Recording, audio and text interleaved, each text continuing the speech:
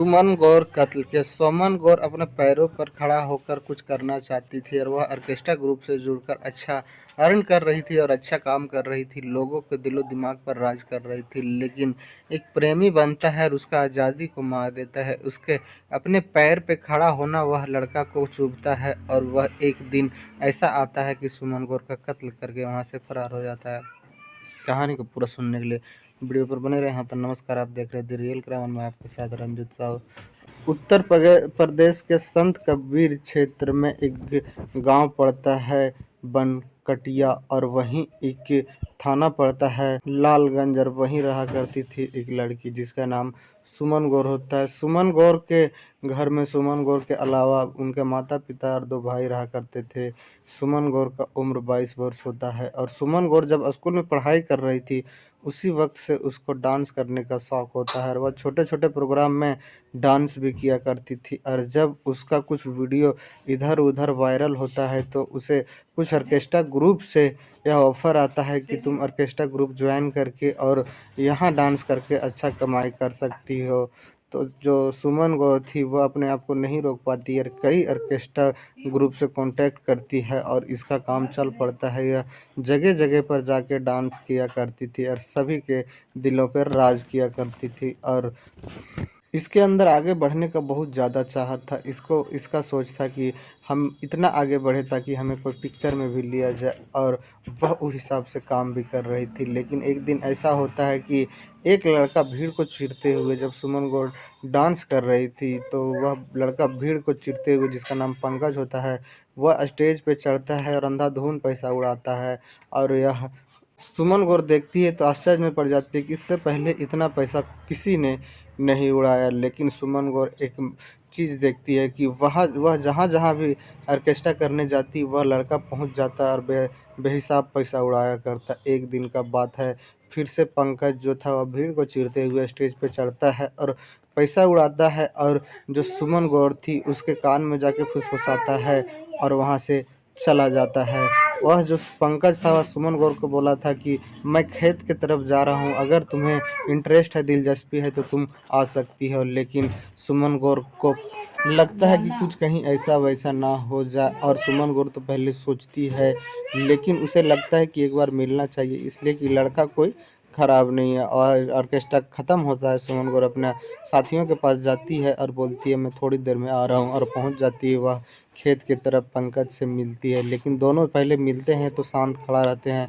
लेकिन दोनों का जब बात का सिलसिला चालू होता है तो एक ही बार में दोनों को कहीं न दोस्ती होके प्यार भी हो जाता है और दोनों का वो रिश्ता बन जाता है जो पति पत्नी किया करते हैं। उसके बाद वहाँ से जो पंकज था वह अपना घर चला जाता है और सुमन जो थी वह अपना ऑर्केस्ट्रा ग्रुप में चली जाती है और वहाँ से फिर अपना घर लौटती है। उसके बाद जो सुमन थी उसको पंकज के बिना मन नहीं लगने लगा और वह फ़ोन का नंबर लेती है और बात करने लगती है। यह बात का सिलसिला चालू होता है तो फिर ये दोनों का ख़त्म ही नहीं होता है। जहाँ भी ऑर्केस्ट्रा में काम करने जाती सुमन वहाँ पहुँच जाता पंकज, और यह सिलसिला 2021 से चालू हुआ था।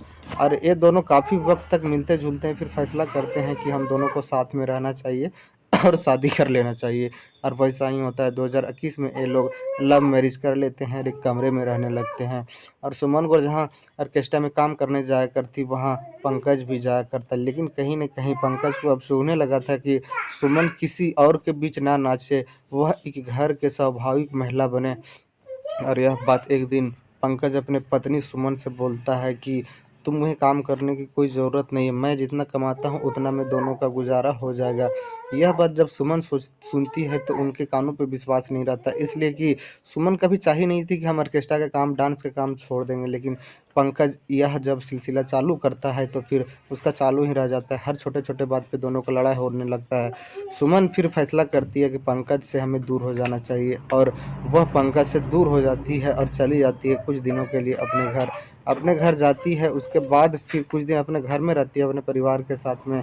फिर बनकटिया ऑर्केस्ट्रा ग्रुप से एक ऑफ़र आता है कि यहाँ पर अच्छा बड़ा ऑर्केस्ट्रा है, से तुम चली आओ, तुम्हें यहाँ अच्छा पेमेंट मिलेगा। फिर से सुमन गौर थी वह काम करने के लिए बनकटिया इलाका पहुँच जाती है एक ऑर्केस्ट्रा ग्रुप में, और वहाँ जाकर फिर से वह डांस करने लगती है ऑर्केस्ट्रा में रह के, और बनघटिया में एक किराए पे कमरा लेती है। उनकी सहेलियां जहाँ रहा करती थी वहाँ रहती है। उसी ग्रुप में एक लड़का होता है जिसका नाम बबलू चौहान होता है। बबलू चौहान सुमन गौर पे काफ़ी ज़्यादा ध्यान दिया करता है, और एक दिन बबलू चौहान और सुमन गौर ऑर्केस्ट्रा खत्म करके रूम पे लौट रहे थे, तभी बबलू चौहान अपने दिल के बात सुमन को रख देती है कि मैं तुमसे प्यार करता हूँ और तुमसे शादी करना चाहता हूँ।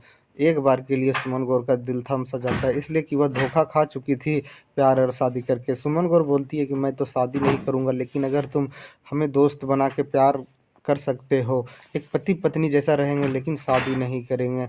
शुरुआत में बबलू को लगता है कि चलो यहाँ तो शुरुआत हो जाए, फिर आगे देखा जाएगा। उसके बाद दोनों एक किराए का कमरा लेते हैं और एक साथ रहने लग गए हैं पति पत्नी जैसा। लेकिन धीरे रेत की तरह वक्त आगे बढ़ रहा था, और जब वक्त आगे बढ़ता है तो फिर से बबलू चौहान को लगने लगता है कि सुमन को ऑर्केस्ट्रा में काम नहीं करना चाहिए, इसलिए कि कई तरह के व्यक्ति सुमन का शरीर को छूते हैं और इसके ऊपर कमेंट करते हैं ऑर्केस्ट्रा के दौरान। और एक दिन बबलू बोलता है कि तुम हमसे शादी कर लो और यह काम छोड़ दो, लेकिन सुमन को कहीं भी यह काम छोड़ने का विचार नहीं था। और फिर सुमन बोलती है कि तुम्हें रहना है मेरे साथ तो रहो, लेकिन मैं यह काम नहीं छोड़ूंगा। और बबलू को वहीं दिल में एक खुनस हो जाता है कि मैं तुमसे दिलो जान से प्यार करता हूँ, और तुम क्योंकि ऐसी बोल रही हो, मैं तुम्हें हर कुछ देने के लिए तैयार हूँ। और जो बबलू था वह अपना मन कुछ और बना लेता है, और आ जाता है इधर होली का त्यौहार, रंगों का त्यौहार। और जो सुमन थी वह अपने गांव चली जाती है अपने परिवार वालों के साथ, और 4 मार्च को वह होली मनाती है। 5 मार्च को वह ऑर्केस्ट्रा में चली जाती है काम करने के लिए। एक जगह ऑर्केस्ट्रा प्रोग्राम था 6 मार्च के रात को, और यहाँ सुमन जाती है काम ऑर्केस्ट्रा में डांस करने के लिए, बबलू भी जाता है। और 2 बजे रात आसपास में यह ऑर्केस्ट्रा खत्म होता है, बंद होता है, और ये लोग लौटने लगते हैं। सुमन जो थी वह बबलू के बाइक पर बैठी हुई थी, अपने कमरे की ओर जा रही थी। रात भोर का वक्त था। एक पुल के पास जो बबलू था वह गाड़ी रोकता है और सुमन को नीचे उतरने के लिए बोलता है, और वहाँ बोलता है कि क्या तुम हमारे साथ रहोगी और हमसे शादी करोगी।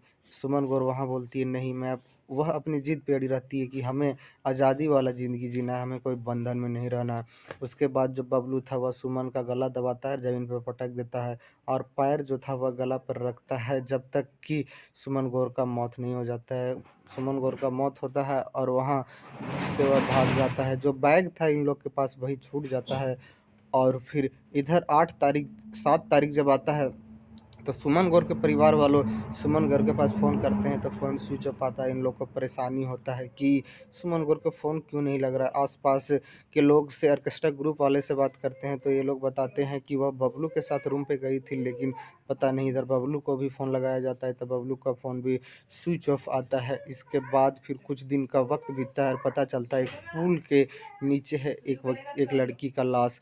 कुछ राहगीर को दिखता है और वह डिकम्पोज हो गया था, उससे स्मेल आ रहा था। पुलिस को खबर किया जाता है, पुलिस आती है और वह लाश को देखती है, तो देखती है कि यह लाश एक लड़की का है और बाल बहुत लंबे लंबे हैं। और पास में ही बगल में ही एक बैग होता है। वह बैग को जब खोल के देखती है पुलिस, तो उसमें कई तरह के कपड़ा था, जिस वजह से पता चल जाता है कि ऑर्केस्ट्रा वगैरह में काम किया करती है। और इधर जो था वह इनके परिवार वालों पुलिस स्टेशन में गुमशुदगी का रिपोर्ट लिखवा दिए थे। और ये जो सुमन गौर का परिवार था उसके कांटेक्ट करती है पुलिस और बताती है कि लड़की का लाश मिला हुआ है, आप लोग चले आए मोर्चरी और यहाँ शिनाख्त करें। उसके बाद उसके परिवार वाले जब आते हैं तो देखते हैं कि वह कोई और नहीं सुमन गौर की ही लाश है। उसके बाद ये लोग बताते हैं कि हमारी बेटी ऑर्केस्ट्रा ग्रुप में काम किया करती थी और अभी हाल फिलहाल में बबलू चौहान नाम के लड़का के साथ उसका प्यार चल रहा था, लिव इन, और ये लोग लिव इन रिलेशनशिप में रह रहे थे। उसके बाद पुलिस बबलू का पता निकालती है और उसे एक संदिग्ध जगह से गिरफ्तार कर लेती है। जब बबलू से पुलिस पूछताछ करती है तब वह अपना जुर्म कबूल कर लेता है और बोलता है कि हमें काफ़ी ज़्यादा प्यार था सुमन से, लेकिन यह हमारे साथ ना रहना चाहती थी और कई लड़के से बात किया करती थी, जिस वजह से हमारा जो दिल था वह टूट जाता है। और हम एक दिन फैसला करते हैं कि ये हमारी नहीं किसी और के नहीं यानी कि अगर सुमन गौर को किसी से प्यार नहीं करना था तो किसी के साथ रिलेशन में नहीं आती, दोस्ती नहीं करती, एक कमरे में वक्त नहीं बिताती। और अगर करना था तो किसी एक को चुनकर वह हमेशा के लिए किसी एक का हो जाती, तो उसका भी ज़िंदगी बच जाता और जैसे इस तरह के आशिकों का भी ज़िंदगी बच जाता। लेकिन सुमन गौर के दिलो दिमाग में कुछ और था, वह चाहती थी कि अपने पैरों पे भी खड़ा रहें और लोगों से मिलते जुलते रहें, कई और लड़के से संबंध में रहें, बातचीत करें। लेकिन ऐसा नहीं होता है ना, एक ही लड़का के पास रहना होगा या तो फिर मौत के गले लगा लेना होगा, जैसे सुमन के साथ हुआ। लेकिन सुमन बहुत बहादुर लड़की थी, वह अपना पैरों पे कितना जो महिलाएं लड़कियां होती है वह काम से बचना चाहती है, लेकिन सुमन गौर काम करना चाहती थी। लेकिन उसके साथ कुछ ऐसा हादसा हो जाता है कि उसका जीवन को ही खत्म किया जाता है। बबलू को कड़ी से कड़ी सज़ा मिले ताकि इस तरह का काम करने से पहले बबलू को सज़ा देखकर एक बार लगे कि इस तरह का काम गलत है, अगर किसी को छोड़ना है तो ऐसे ही छोड़ दो, ना कि उसका जीवन लेके। इस कहानी में इतना ही। जय हिंद, जय भारत।